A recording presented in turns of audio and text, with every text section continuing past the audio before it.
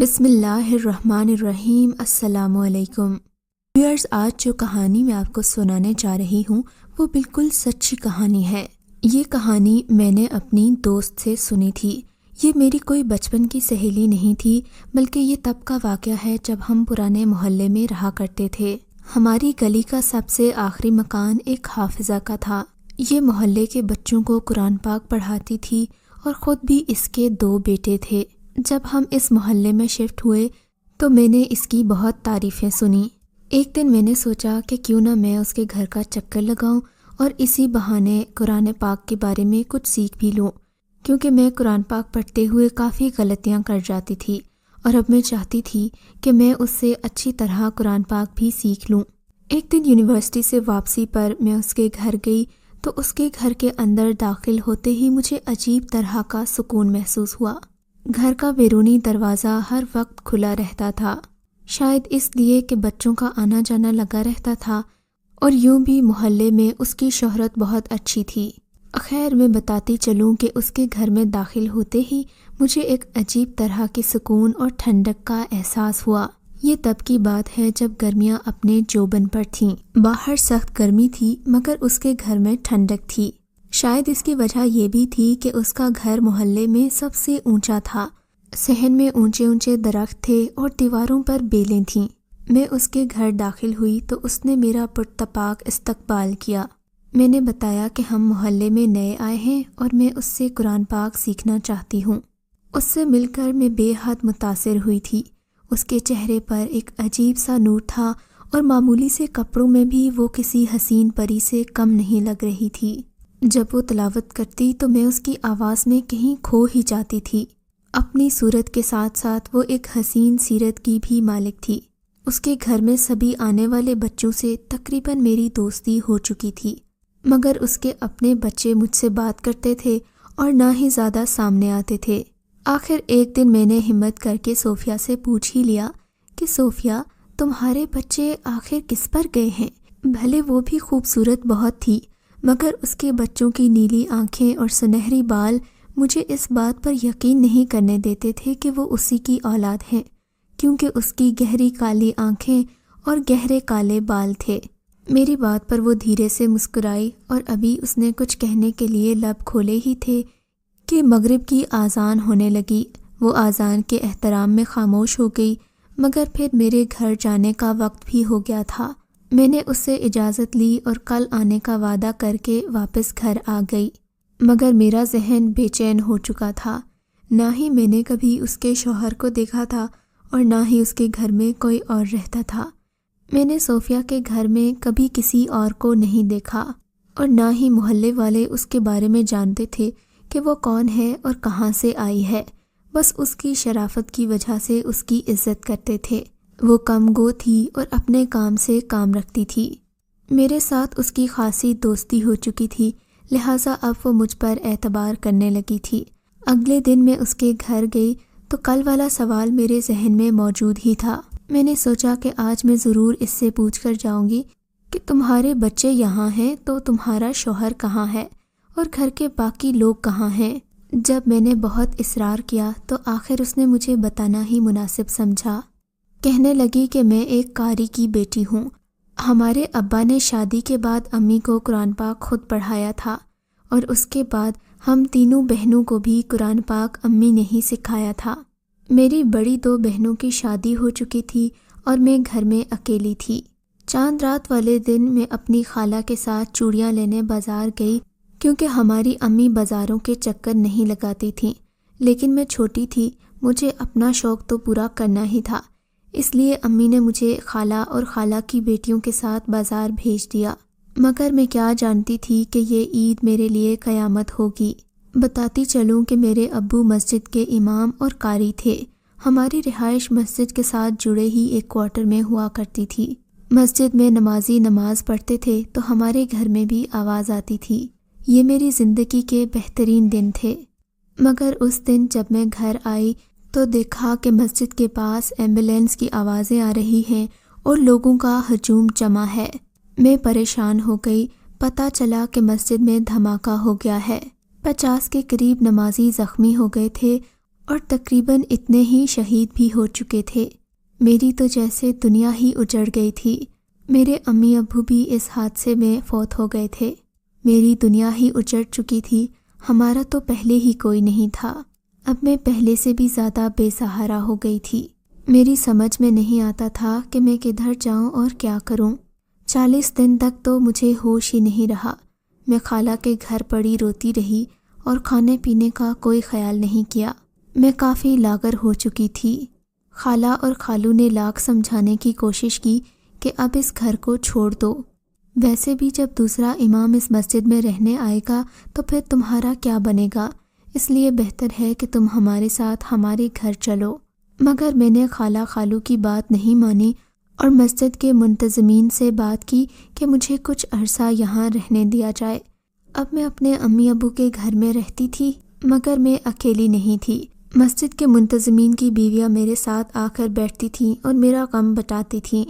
ان دنوں میرا دل بہت غمگین رہنے لگا تھا، مگر میں قرآن پاک کی تلاوت کرتی تھی۔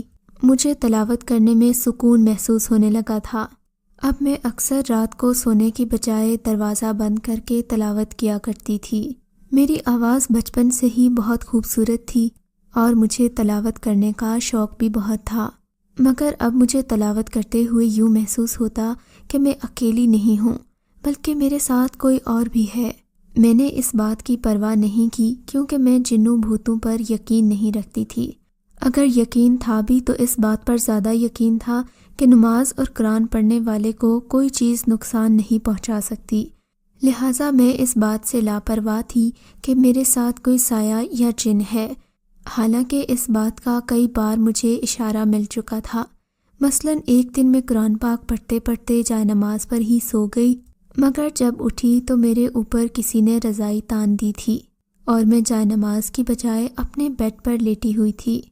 اس بات پر میں کافی حیران ہوئی، مگر پھر غور کرنے کو باقی چیزیں بہت تھیں، اس لیے میں یہ بات بھول بھال گئی۔ مگر اب یہ روز کا معمول ہی بن چکا تھا۔ میں اکثر قرآن پاک پڑھتے پڑھتے جائے نماز پر سو جاتی اور میری آنکھ میرے بستر پر کھلتی تھی، مگر نہ جانے کیوں اکیلے ہونے کے باوجود اس بات نے مجھے خوفزدہ بالکل بھی نہیں کیا۔ میں نے اپنا معمول جاری رکھا اور دن رات قرآن پاک کی تلاوت میں مصروف رہتی تھی۔ مگر ایک دن عجیب واقعہ ہوا۔ اس واقعے نے میری ساری زندگی بدل کر رکھ دی تھی۔ ہوا یوں کہ یہ 14 شعبان کی رات تھی اور میں نے عبادت کا خاص انتظام کیا تھا۔ اس رات میں نے اپنے امی ابو کے لیے خصوصی دعائیں مانگنی تھیں۔ میری عادت تھی کہ میں عبادت بھی تیار ہو کر بن سنور کر کرتی تھی، کیونکہ میرے خیال میں یہ عبادت کرنے کا صحیح طریقہ تھا۔ اس دن بھی میں نے اپنا سفید اجلا لباس پہنا، بالوں کو کنگھی کی، خوشبو لگائی اور جائے نماز پر آ کر بیٹھ گئی۔ یہ تقریباً کوئی رات 12 بجے کا وقت تھا جب چاندنی میری کھڑکی سے چھن کر آ رہی تھی۔ ماحول بہت ہی پرکیف تھا اور رات انتہائی خاموش تھی۔ میں نے کھڑکی کے آگے جائے نماز بچھائی اور عبادت میں مشغول ہو گئی۔ کچھ نوافل ادا کرنے کے بعد میں نے دوبارہ سے تلاوت شروع کر دی تھی۔ ایسے میں مجھے لگا کہ کوئی سایہ کھڑکی سے اندر آیا ہے۔ یہ سفید رنگ کا ہیولا تھا اور ہوا کے ساتھ ہی خوشبو کا ایک جھونکا بھی کھڑکی سے اندر آیا تھا۔ رات کے اس پہر خوفزدہ ہونے کی بجائے مجھے اس سائے کی وجہ سے عجیب سا سرور محسوس ہونے لگا تھا۔ میں نے جائے نماز سے نظریں ہٹا کر اس کی طرف دیکھا تو وہ انتہائی خوبصورت نوجوان تھا۔ مجھے یوں لگا کہ میں کوئی خواب دیکھ رہی ہوں۔ اس کی آنکھیں گہری نیلی اور بال سنہری تھے۔ اس نے بھی میری طرح سفید رنگ کا لباس پہن رکھا تھا۔ ہمارے گھر میں شروع سے ہی پردے کا ماحول تھا اور میں نے کبھی اپنے کزنوں تک سے بات نہیں کی تھی، مگر یہ شخص دیکھ کر مجھے اپنے دل پر اختیار نہیں رہا تھا۔ میں بے اختیار اسے دیکھے چلی جا رہی تھی۔ میں نے اتنا حسین چہرہ زندگی بھر نہیں دیکھا تھا۔ ابھی میں اسے دیکھنے میں مگن تھی کہ وہ میرے پاس آیا اور گھٹنوں کے بل بیٹھ گیا۔ وہ مجھ سے ہم کلام ہوا تو مجھے یوں لگا جیسے کہ یہ چاندنی رات تھم گئی ہو۔ مجھے اپنے آپ پر یقین نہیں آ رہا تھا، لگ رہا تھا جیسے یہ کوئی خواب ہے۔ اس نے مجھ سے محبت کا اظہار کیا۔ اس نے اپنا نام رحمان بتایا اور کہنے لگا کہ میں ایک مسلمان جن ہوں۔ ایک دن میں اپنے قافلے کے ساتھ یہاں سے گزر رہا تھا کہ میں نے تمہاری تلاوت کی آواز سنی اور میں رکے بغیر نہیں رہ سکا۔ میں تمہاری اسی کھڑکی سے اندر آیا تھا اور میں نے تمہیں دیکھا تو میں تم پر فدا ہی ہو گیا۔ مجھے یوں لگا کہ کوئی پری آسمان سے زمین پر اتر آئی ہے۔ پہلے میں نے تمہیں اپنے جادوئی شیشے میں قید کر لیا اور اپنی جگہ بیٹھے بیٹھے ہی تمہیں دیکھ لیتا تھا، مگر پھر مجھ سے رہا نہیں گیا۔ میں تمہارے ساتھ اسی کمرے میں رہنے لگا۔ میں تمہارا خیال رکھتا تھا، مگر میں نے تمہیں پریشان کرنا مناسب نہیں سمجھا، تو آج میں نے سوچا کہ ہمت کر کے تمہیں سب کچھ بتا ہی دوں گا۔ میں تم سے بے حد محبت کرتا ہوں، کیا تم مجھ سے شادی کرو گی؟ میں اپنی دنیا چھوڑ کر تمہاری دنیا میں آ جاؤں گا، تمہاری طرح کا انسان بن کر رہوں گا، مگر خدا را میری محبت کو ٹھکراؤ مت۔ میں ہر قدم پر تمہارا ساتھ دوں گا، تمہارے سارے خواب پورے کر دوں گا اور تمہاری زندگی سے غموں کو مٹا دوں گا۔ مجھے اس نے بولنے کا موقع ہی نہیں دیا تھا۔ میں حیرت زدہ نظروں سے اسے دیکھے جا رہی تھی۔ یہ سب کچھ مجھے بہت حسین لگ رہا تھا۔ شاید اس نے میری آنکھوں میں میرا جواب پڑھ لیا تھا۔ وہ میرے پاس آیا، اس نے میرا ہاتھ تھاما، اس نے میرے دونوں ہاتھ اپنے ہاتھوں میں لیے اور مجھے آنکھیں بند کرنے کو کہا۔ آنکھیں بند کرتے ہی مجھے یوں محسوس ہوا کہ اس نے مجھے اپنی باہوں میں بھر لیا۔ جب اس نے مجھے آنکھیں کھولنے کو کہا تو میں کسی اور ہی دنیا میں آ چکی تھی۔ دور دور تک روشنی پھیلی ہوئی تھی اور ہر طرف سفیدی تھی۔ جہاں میں کھڑی تھی وہ ایک شیشے کا محل تھا۔ ہر طرف نور پھیلا ہوا تھا اور ایک عجیب سے ساز کی آواز آ رہی تھی۔ یہاں کی ہر چیز بہت پرنور تھی۔ رحمان میرا ہاتھ تھامے مجھے لے کر آگے بڑھا تو 10 سال کی چھوٹی چھوٹی بچیوں نے میرا استقبال کیا۔ ان سب نے بھی سفید رنگ کے اجلے لباس پہن رکھے تھے۔ مجھے یوں لگ رہا تھا جیسے کوئی خواب کا عالم ہے۔ اسی طرح کے وہاں 7 محل تھے۔ ان سب محلوں کے رنگ مختلف تھے اور ہر محل میں اسی رنگ کے کپڑوں میں ملبوس چھوٹی چھوٹی بچیاں تھیں۔ اسی سفید محل کے اندر ایک کمرہ تھا جہاں مجھے رحمان لے کر گیا۔ یہاں ایک بڑا سا سفید رنگ کا تخت تھا اور یہاں تھوڑی بڑی عمر کا ایک مرد اور ایک عورت بیٹھے ہوئے تھے۔ رحمان نے مجھے بتایا کہ یہ اس کے ماں باپ ہیں اور آج رات ہماری شادی ہے۔ ہمارا نکاح پہلے ہی ہو چکا ہے۔ میں اس بات پر حیران تھی کہ ہمارا نکاح آخر کب ہوا ہے۔ مجھے تو ایسا کوئی خواب تک یاد نہیں تھا، اور ویسے بھی یہ سب لاکھ حسین سہی مگر میرے لیے بہت عجیب تھا۔ میں دل ہی دل میں خوش بھی ہو رہی تھی اور میرا دل اس پر مہربان ہو رہا تھا۔ میں چاہتی تھی کہ وہ یوں ہی میرا ہاتھ اپنے ہاتھ میں لیے چلتا رہے اور ہم باتیں کرتے رہیں۔ میں اس کے امی ابو سے ملی تو میرا بھرپور استقبال کیا گیا۔ خادماؤں کو بلوایا گیا اور میرے لیے ایک جوڑا منگوایا گیا۔ ایسا خوبصورت اور حسین جوڑا میں نے اپنی زندگی میں کبھی نہیں دیکھا۔ یہ سرخ اور سفید رنگ کا ایک خوبصورت لباس تھا اور اس پر ہیرے جڑے ہوئے تھے۔ خادماؤں نے مجھے کسی شاہی دلہن کی طرح تیار کیا تھا۔ اس محل میں آ کر میں گویا پہلے سے بھی زیادہ حسین ہو گئی تھی۔ میرے بالوں کو ایک خاص قسم کے پانی سے دھویا گیا تھا۔ اب مجھے اپنا آپ ان جن زادیوں کی طرح خوبصورت لگنے لگ گیا تھا۔ تھوڑی ہی دیر میں دلہن بن چکی تھی اور رحمان بھی میرے سامنے دولہے کے روپ میں آ چکا تھا۔ اس نے سفید رنگ کا خوبصورت لباس زیب تن کر رکھا تھا۔ وہ مجھے دیکھتے ہی محبت سے مسکرایا اور ہمیں ایک اور تخت پر بٹھا دیا گیا۔ اس کے بعد جن زادیوں نے ایک خاص قسم کی موسیقی پر خوبصورت رقص کیا۔ شاید یہ میری اور رحمان کی شادی کی دعوت تھی، تبھی یہاں پر بہت سارے لوگوں کو جمع کیا گیا تھا۔ یہ سب لوگ بھی انتہائی خوبصورت اور پرنور چہروں والے تھے۔ سب لوگ مجھے جھک جھک کر سلام کر رہے تھے اور تحائف بھی دے رہے تھے۔ شادی کی دعوت ختم ہوئی تو رحمان مجھے اپنے ساتھ ایک کمرے میں لے آیا۔ یہ کمرہ پورے محل سے بھی کہیں زیادہ حسین اور خوبصورت تھا۔ رحمان نے بتایا کہ یہ میری اور اس کی خوابگاہ ہے۔ اس خوابگاہ میں بہت سارے شیشے رکھے تھے اور ایک شیشے میں میری وہ والی تصویر تھی جہاں میں قرآن پاک پڑھ رہی تھی اور اپنے مسجد والے گھر میں ہی موجود تھی۔ اس رات میں رحمان کی قربت پا کر مکمل ہو گئی۔ جب میری آنکھ کھلی تو میں اپنے مسجد والے گھر میں ہی تھی، مگر میں اکیلی نہیں تھی، میرے پہلو میں وہی نوجوان سویا ہوا تھا۔ اگلی صبح وہ مجھے مسجد والے گھر سے نکال کر اس گھر میں لے آیا تھا۔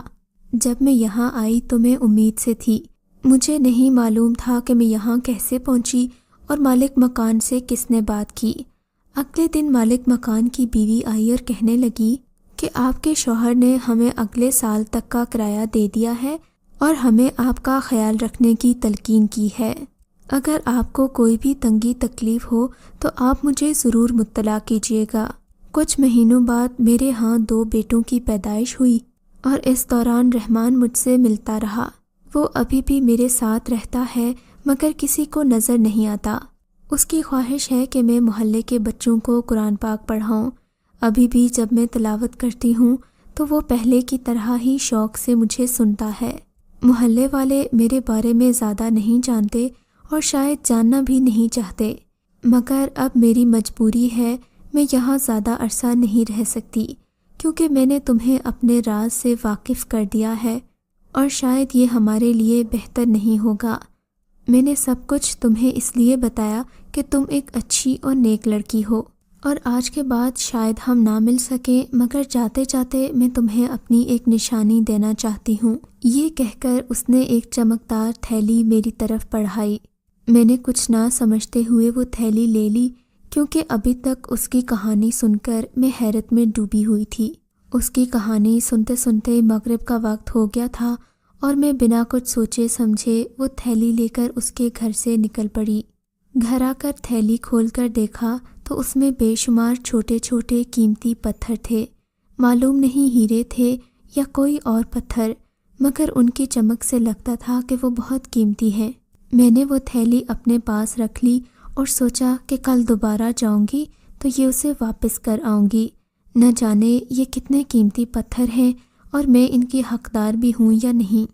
میں اگلے دن شام کی بجائے صبح 10 بجے ہی اس کے گھر چلی گئی، مگر یہ دیکھ کر حیرت ہوئی کہ گھر پر تالا پڑا ہوا تھا۔ میں نے زیادہ کسی سے کوئی پوچھ گچھ نہیں کی اور گھر واپس آ گئی۔ سوچا کہ شام کو جاؤں گی، شاید وہ اپنے کسی کام سے کہیں گئی ہوگی، مگر شام کو محلے کے بچوں سے پتہ چلا کہ صوفیہ باجی محلہ چھوڑ کر چلی گئی ہیں۔ میں اس کے جانے پر بہت غمزدہ ہوئی۔ میں اس سے شاید کچھ اور بھی سوالات پوچھنا چاہتی تھی، مگر شاید اس نے اتنا ہی بتا کر مجھے خود سے جدا کر دینا مناسب سمجھا تھا۔ قیمتی پتھروں والی تھیلی اب بھی میرے پاس موجود ہے اور مجھے صوفیہ کی یاد دلاتی رہتی ہے۔ میں نے آج تک ان پتھروں کے بارے میں کسی سے ذکر نہیں کیا اور نہ ہی کرنا چاہوں گی، بس انہیں پا کر مجھے ایک عجیب طرح کے سکون کا احساس ہوتا ہے۔ میں وہ پتھر دیکھ لیتی ہوں اور ایک ادھوری سی مسکراہٹ میرے چہرے پر پھیل جاتی ہے۔